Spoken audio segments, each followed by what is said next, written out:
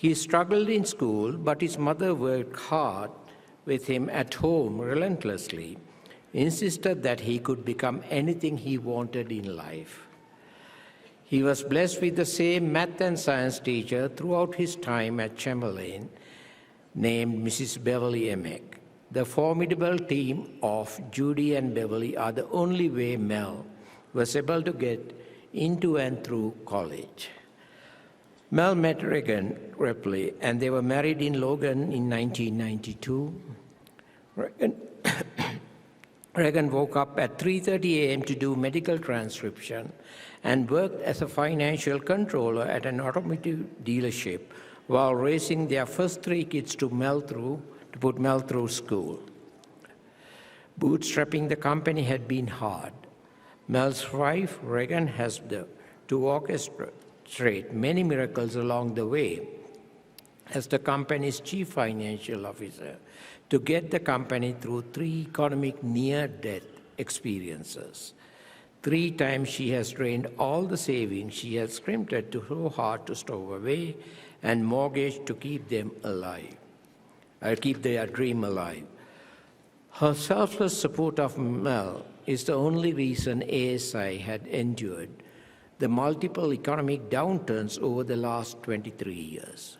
Thank you, Dean Jagath Kalaruchi, graduates, loved ones, and distinguished faculty.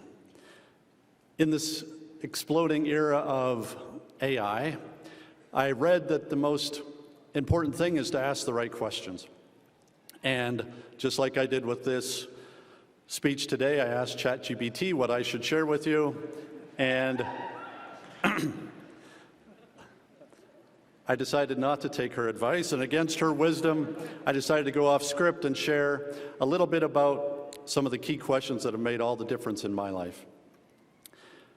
Graduation is actually a wonderful time where we transition from questions like, where in the world do I start to figure out how to do this mathematical proof? Or when am I ever going to use this in the real world? To questions like, what is the incredible, unrealistic cause that I'm going to devote my life to? And I do believe it should be incredible. I hate it when I'm told to set realistic goals. No hero that I look up to has ever accomplished only realistic goals. And so, to couple with that, you must ask the question of what are the realistic daily, weekly, and monthly habits that will ensure that you make that dream possible. Today I would like to suggest a question framework that has made all the difference in my life. Years ago, I read the Walter Isaacson biography of Steve Jobs, and I got depressed. Steve Jobs had done what I needed to do, which is to simplify complex technology so that everyone can use it. Every one of our robots has GPS, lasers, radars, gyros, accelerometers, radios, and computers. And these vehicles need to coordinate their efforts to optimize the flow of things like gold out of a mine, crops out of a field, move dirt to create roads. We need to make these so simple that unskilled and perhaps even illiterate workers can set up, supervise, and service those autonomous fleets of vehicles. Steve Jobs was able to push his engineers to do those elegant simplifications that allowed for anyone to be able to use that technology. He would caustically inform people that their technical solution, their baby, was ugly. Many quit. Many were fired. But enough thick-skinned engineers remained long enough to create the miracles that he demanded. I, on the other hand, am completely incapable of this kind of critique and confrontation. In fact, a president of a multi-billion-dollar partner company told me many times that I needed to fire myself and hire a real CEO because I was too nice. Well, the formula for getting to the product we needed was clear. I needed to find a way to convert my softness to toughness so that I could assure that we succeed. I tried really hard. I even prayed to be a jerk. Okay, not in those words exactly, but prayed that I could point out the blemishes in these engineers' robots without a second thought for their feelings. I couldn't do it. No matter how hard I tried, even though I knew it was the only way to win, I just couldn't muster up a respectable insult about the flawed infant robot before me. It was infuriating, so frustrating and depressing that I couldn't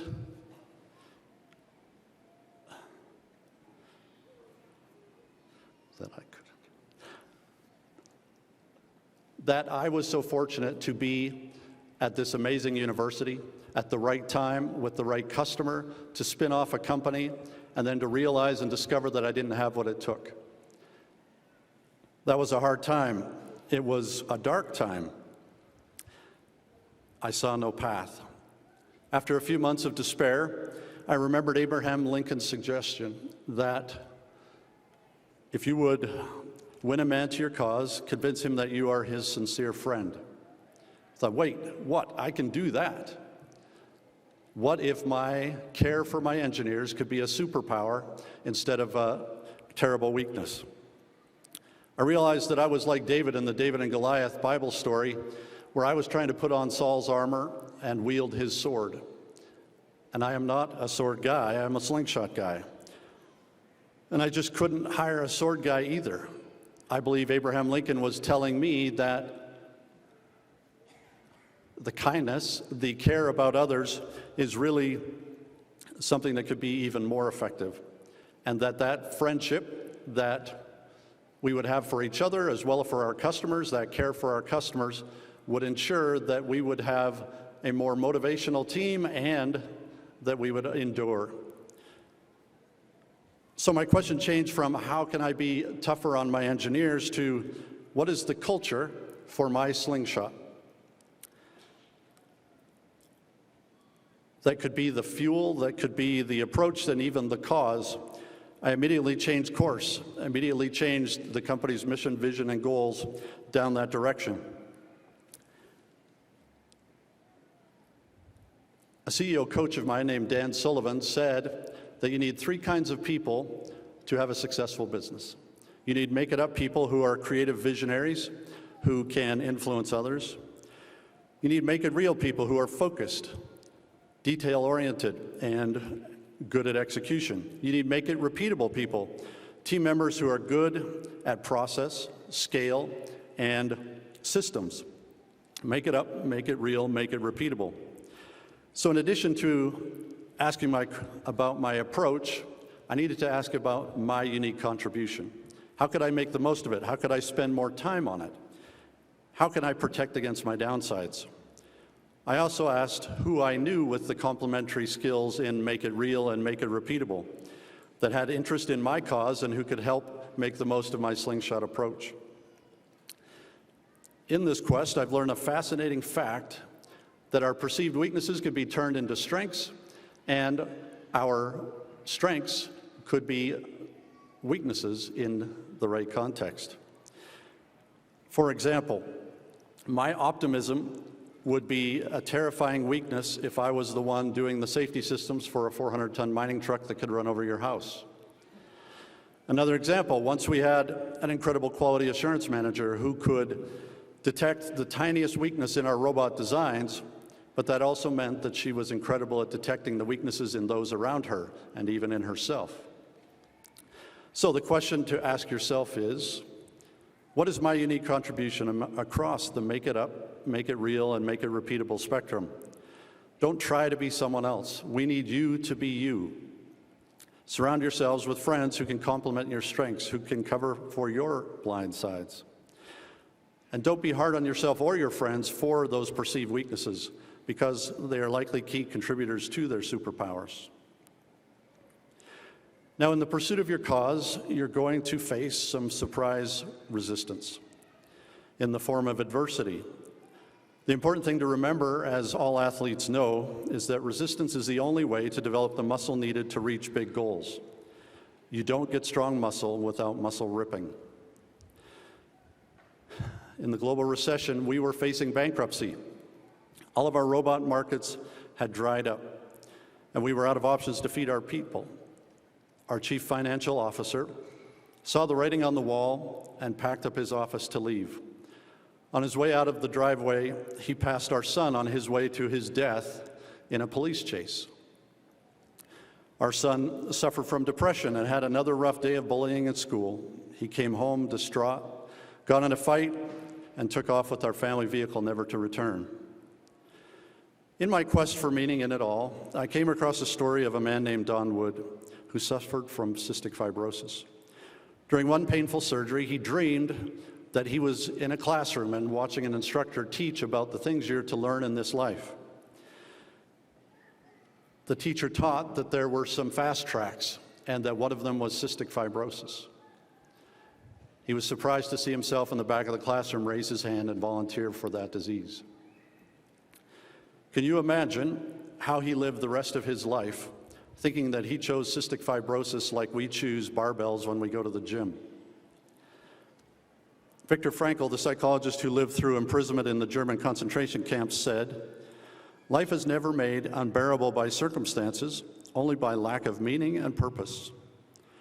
Now armed with meaning and purpose for the pain that he was going through, Don was transformed from victim to victor, from feeling like he was one of the weakest in the world to one of the strongest, someone valiant and tough who chose the toughest journey.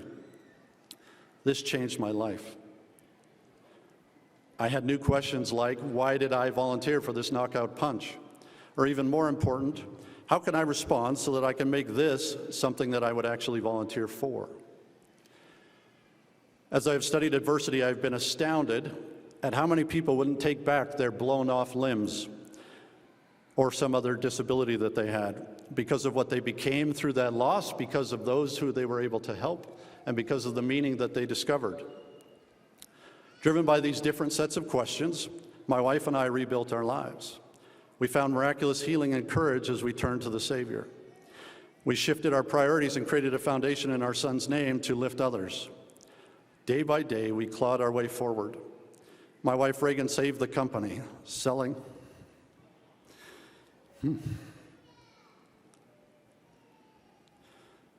some of our land for one payroll, then using our son's life insurance for the next, and then the vehicle insurance for the next. Miracle by miracle, she found a way to finance our recovery. And after a year, we were able to afford our son's tombstone. We rebuilt our company stronger. We learned that successful product companies develop and consistently follow processes to do what I'm describing, to turn their muscle-ripping setbacks into muscle-building opportunities so that they can one day look back and be glad they happened. Ford calls theirs improvement from setback process the 8D. They ask questions like, who is the best team that can turn this to our good? What is the root cause? And what can we do to improve our company to be better thanks to this opportunity? So now when our $6 million mining truck slides off a muddy road into the side of a mountain, we quickly move from those questions of who is to blame to better questions like, how do we turn this setback into the opportunity that will lift our company and make it so that we can achieve even greater heights because of it? Even small, frustrating surprises have been transformed in my life as I've asked these type of questions, like, how can I make it so I'll be glad that I sat in this traffic jam all afternoon? Is there an audiobook that has the answer to a problem we're having at work? Is there a family member who needs a phone call? Changing my questions has changed my life for the better. Looking at your plans ahead, full of unknowns, opportunities, and obstacles, look for questions that can transform the impossible to the possible. Again, develop question frameworks like, what dream is worthy of my hands, my heart, and my mind? What daily, weekly, and monthly habits will make those dreams possible? What is my unique contribution, and how can I make the most of it? What kinds of friends do I need to have around me to make that dream team a reality? Why would I have volunteered for this muscle-ripping resistance I've just been slammed with? And how can I lift with my knees to build the muscles I need for the next phase of my dream?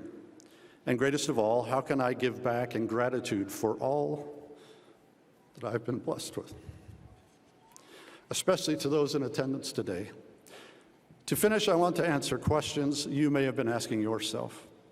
Yes, the world really does need your unique contribution. Yes, there are ways to turn your perceived setbacks, your perceived weaknesses to strengths. And yes, you will use a lot of the stuff you learned at USU in your careers. You're equipped to solve the greatest problems facing this world, and I couldn't be more confident in commending you to be the ones to tackle them. Congratulations, USU engineering graduates of 2023.